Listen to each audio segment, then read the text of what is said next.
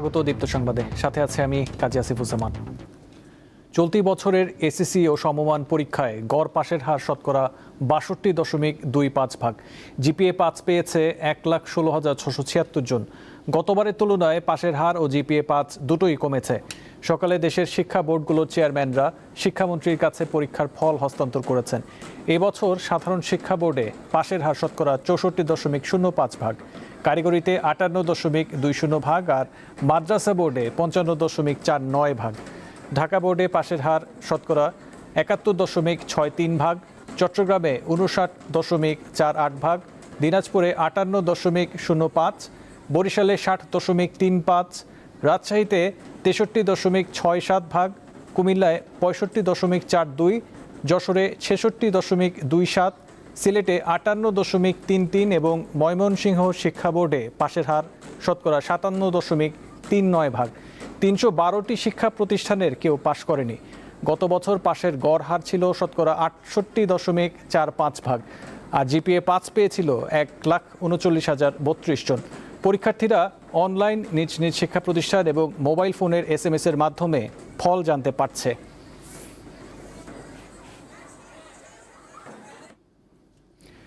প্রধানমন্ত্রী তারেক রহমানের সঙ্গে সৌজন্য সাক্ষাৎ করেছেন ঢাকায় নিযুক্ত ভারতের হাইকমিশনার দীনেশ ত্রিবেদী। সচিবালয়ে প্রধানমন্ত্রীর কার্যালয়ে এই সাক্ষাৎ হয়। বেলা ১১টার কিছু আগে সচিবালয়ে পৌঁছান দীনেশ ত্রিবেদী। চলতি বছরের জুনে ঢাকায় ভারতের হাইকমিশনার হিসেবে দায়িত্ব নেয়ার পর দীনেশ ত্রিবেদী এই প্রথম বাংলাদেশের প্রধানমন্ত্রীর সঙ্গে সাক্ষাৎ পেলেন। প্রধানমন্ত্রীর সঙ্গে সৌজন্য সাক্ষাতের পূর্ব প্রস্তুতি হিসেবে রবিবার পররাষ্ট্রমন্ত্রী খলিলুর রহমানের সঙ্গে দেখা করেন দীনেশ ত্রিবেদী।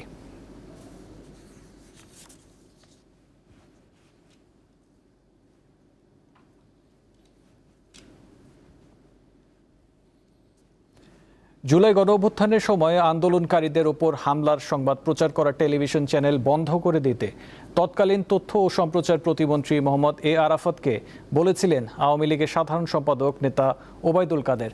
এ সংক্রান্ত ফোনালাপের একটি রেকর্ড আজ আন্তর্জাতিক অপরাধ ট্রাইব্যুনালে দাখিল করেছে প্রসিকিউশন।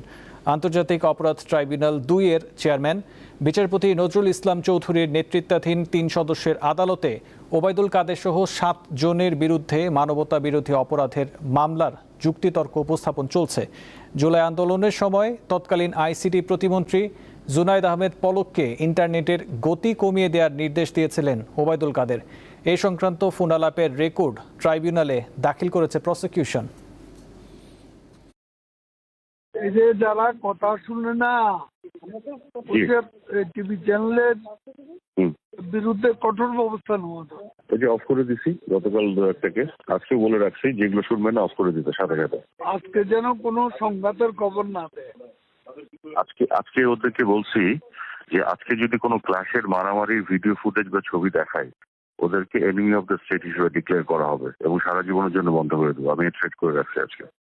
আর ওই যে বঙ্গবন্ধু স্যাটেলাইট গুলোকে বসায় রাখছি যে আপনি কনস্ট্যান্টলি দেখবেন যে টিভি ক্লাসের ছবি দেখাবে সাথে সাথে অফ করে দেবেন। আমার কোনো পারমিশনের জন্য মেসেজ পাঠাবেন না। আপনাকে ঢালাও পারমিশন দিয়ে রাখলাম। আর উইদাউট মাই পারমিশনটা অন করবেন না। এই ব্যবস্থা নিয়ে রাখছি কাদের ভাই আজকে। সৌদি আরবের রিয়াদে একটি সোফা কারখানায় অগ্নিকাণ্ডে ১৬ বাংলাদেশি নিহত হয়েছেন। তাদের মধ্যে ১৩ জনের বাড়ি নওগাঁয়, ৩ জন নাটোরের। রবিবার স্থানীয় সময় দুপুর ২টার দিকে রিয়াদের শিফা থানাধীন মুসা সানাইয়া শিল্প এলাকায় এই দুর্ঘটনা ঘটে। রিয়াদে বাংলাদেশ দূতাবাসের বরাতে প্রবাসী কল্যাণ মন্ত্রণালয় জানিয়েছে, অগ্নিকাণ্ডে ঘটনাস্থলে ১৬ জন নিহত হওয়ার তথ্য দিয়েছে ফায়ার সার্ভিসের উদ্ধারকর্মীরা। আগুনে পুড়ে যাওয়ায় মৃতদেহগুলো শনাক্ত করা কঠিন হয়ে পড়েছে। নওগাঁর ১৩ জনের মধ্যে ১২ জনের বাড়ি আত্রাই উপজেলায়, ১ জন সদরের, আর নাটোরের ৩ জনের বাড়ি নলডাঙ্গা উপজেলায়।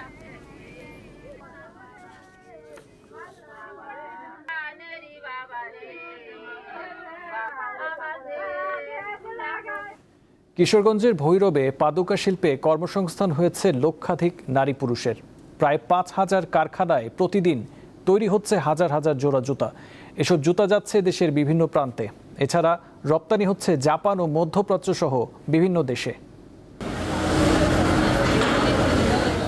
পদ্মা, মেঘনা, যমুনার মোহনায় গড়ে উঠেছে ভৈরব শিল্পনগরী। অঞ্চলটি দেশের অন্যতম পাদুকা উৎপাদন কেন্দ্রে পরিণত হয়েছে। দীর্ঘদিন ধরে এই এলাকার মানুষ ঘরোয়া পরিবেশে তৈরি করছেন মানসম্মত জুতা ও স্যান্ডেল। সময়ের সাথে যুক্ত হয়েছে আধুনিকতার ছোঁয়া, বেড়েছে উৎপাদন। বর্তমানে এই শিল্পে প্রায় 5 লাখ মানুষের কর্মসংস্থান সৃষ্টি হয়েছে।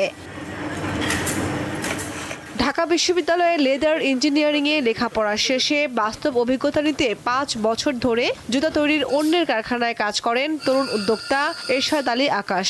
এখন ভৈরবে গড়ে তুলেছেন নিজের জুতা তৈরির কারখানা। মাত্র 5 জন শ্রমিক নিয়ে শুরু করলেও বর্তমানে 250 জন কর্মী রয়েছে তার কারখানায়। প্র্যাকটিক্যাল যদি আপনি জানেন যে আসলে এই জুতাটা কিভাবে তৈরি হয়, কতজন লোক দরকার এবং এর মার্কেটটা কোথায় আছে, আপনি কোথায় সেলস করবেন, এটা র মেটেরিয়ালস কোথায় থেকে কিনবেন, যখন এই জ্ঞানগুলো আপনি অর্জন করবেন তখন আমার মনে হয় একজন উদ্যোক্তা প্রথমে ছোট করে শুরু করে 2000 লোকের কর্মসংস্থান বা 3000 লোকের কর্মসংস্থান তৈরি করা একটা আমার স্বপ্ন। এই উদ্যোক্তার মতো আরো অনেকেই যুক্ত হয়েছেন পাদুকা শিল্পে, গড়ে তুলেছেন মানসম্মত জুতা স্যান্ডেল কারখানা।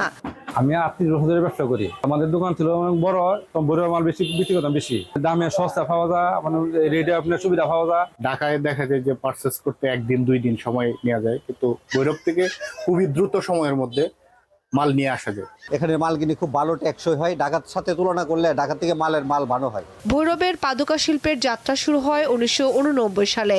এসব কারখানায় তৈরি জুতা রপ্তানি হচ্ছে বিভিন্ন দেশে। কামরুন নাহার, দীপ্ত, বার্তা কক্ষ। 200 কোটি টাকার বেশি খেলাপি ঋণ রয়েছে এমন আরও 42টি প্রতিষ্ঠানকে চিহ্নিত করে বিদেশে পাচার করা তাদের অর্থ ও সম্পদ উদ্ধারে তৎপরতা শুরু করেছে দেশের সংশ্লিষ্ট ব্যাংকগুলো। এর জন্য বিশ্বখ্যাত 8টি আন্তর্জাতিক আইনি ও পেশাদার পরামর্শক প্রতিষ্ঠানের সঙ্গে চুক্তি হয়েছে। যুক্তরাজ্য, যুক্তরাষ্ট্র, সংযুক্ত আরব আমিরাত, কানাডা, সিঙ্গাপুর ও মালয়েশিয়া সহ 12টি দেশকে প্রধান লক্ষ্য করে পাচারের অর্থ উদ্ধারের চেষ্টা করা হচ্ছে। নো উইন নো পে নীতিতে সম্পদ পুনরুদ্ধারের এই কার্যক্রমে কোনো ব্যাংককে অগ্রিম অর্থ দিতে হবে না। বিদেশি প্রতিষ্ঠানগুলো সম্পূর্ণ নিজস্ব খরচে সম্পদ অনুসন্ধান করবে। উদ্ধার হওয়া সম্পদের একটি অংশ পারিশ্রমিক হিসেবে তাদের দিতে হবে। বিগত সরকারের আমলে দেশের ব্যাংকিং খাত থেকে পাচার হয়েছে প্রায় 28 লাখ কোটি টাকা, যা গত অন্তর্বর্তী সরকারের শ্বেতপত্র প্রণয়ন কমিটির প্রতিবেদনে উঠে আসে। পাচার হওয়া অর্থ ফেরাতে সে সময় টাস্কফোর্স গঠন করে কেন্দ্রীয় ব্যাংক। বাণিজ্যিক ব্যাংকগুলো এসব টাকা দেশে ফেরাতে নিয়োগ দেয় বিদেশি 8 আইনি প্রতিষ্ঠান, যারা এখন অনুসন্ধান করছে 42 ব্যক্তি ও প্রতিষ্ঠানের বিদেশে থাকা সম্পদ। 200 কোটি টাকার অধিক যে ঋণগুলো আছে, যেগুলো খেলাপি হয়েছে এবং তার মধ্যেও বেশ কিছু পাচার হয়েছে, সেই অর্থগুলো আমরা কীভাবে আমাদের ডিপ্লোমেসির মাধ্যমে হোক বা বিভিন্ন আইনি প্রক্রিয়ার মাধ্যমে হোক দেশে ফিরিয়ে আনা যায়, তার জন্য আমরা আন্তর্জাতিক বিভিন্ন প্রতিষ্ঠান যাদের পাচারকৃত অর্থ ফিরিয়ে আনার মতো সাকসেস স্টোরি আছে তাদের সাথে চুক্তিবদ্ধ হই। পাচারের অর্থ ফেরানোর অগ্রগতি জানতে রোববার বাণিজ্যিক ব্যাংকগুলোর শীর্ষ নির্বাহীদের সঙ্গে বৈঠক করেছে বাংলাদেশ ব্যাংক। শাহরিয়ার ইমন, দীপ্ত সংবাদ, ঢাকা। এবারে আন্তর্জাতিক প্রসঙ্গ। চীনের পূর্বাঞ্চলীয় উপকূলে শক্তিশালী টাইফুন ডলফিন আঘাত এনেছে। ফলে সাংহাই সহ বিভিন্ন এলাকা থেকে 10 লাখের বেশি মানুষকে নিরাপদ স্থানে সরিয়ে নেওয়া হয়েছে। রবিবার সন্ধ্যায় ঘণ্টায় সর্বোচ্চ 150 কিলোমিটার বেগে ঝড়টি ঝেজিয়াং প্রদেশের ইউহুয়ানে আঘাত হানে। প্রায় 1 ঘণ্টা পর ওয়েনঝৌ শহরে দ্বিতীয়বার আঘাত হানে এটি। ঝড়ের কারণে পুরো অঞ্চলে যোগাযোগ ব্যবস্থা বিপর্যস্ত হয়ে পড়েছে। শুধু সাংহাইয়ে বাতিল করা হয় 1400টির মতো ফ্লাইট। ডলফিনের প্রভাবে চীনা কর্তৃপক্ষ সর্বোচ্চ মাত্রার রেড অ্যালার্ট জারি করে। সোমবার সকালে অবশ্য তা কমিয়ে ট্রপিক্যাল স্টর্মে নামিয়ে আনা হয়।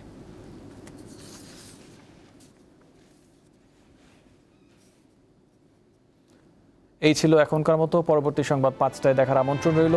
এছাড়াও তথ্য বিনোদনের খবর পেতে চোখ রাখুন দীপ্ত টিভি ডিজিটাল প্ল্যাটফর্মগুলোতে। ধন্যবাদ।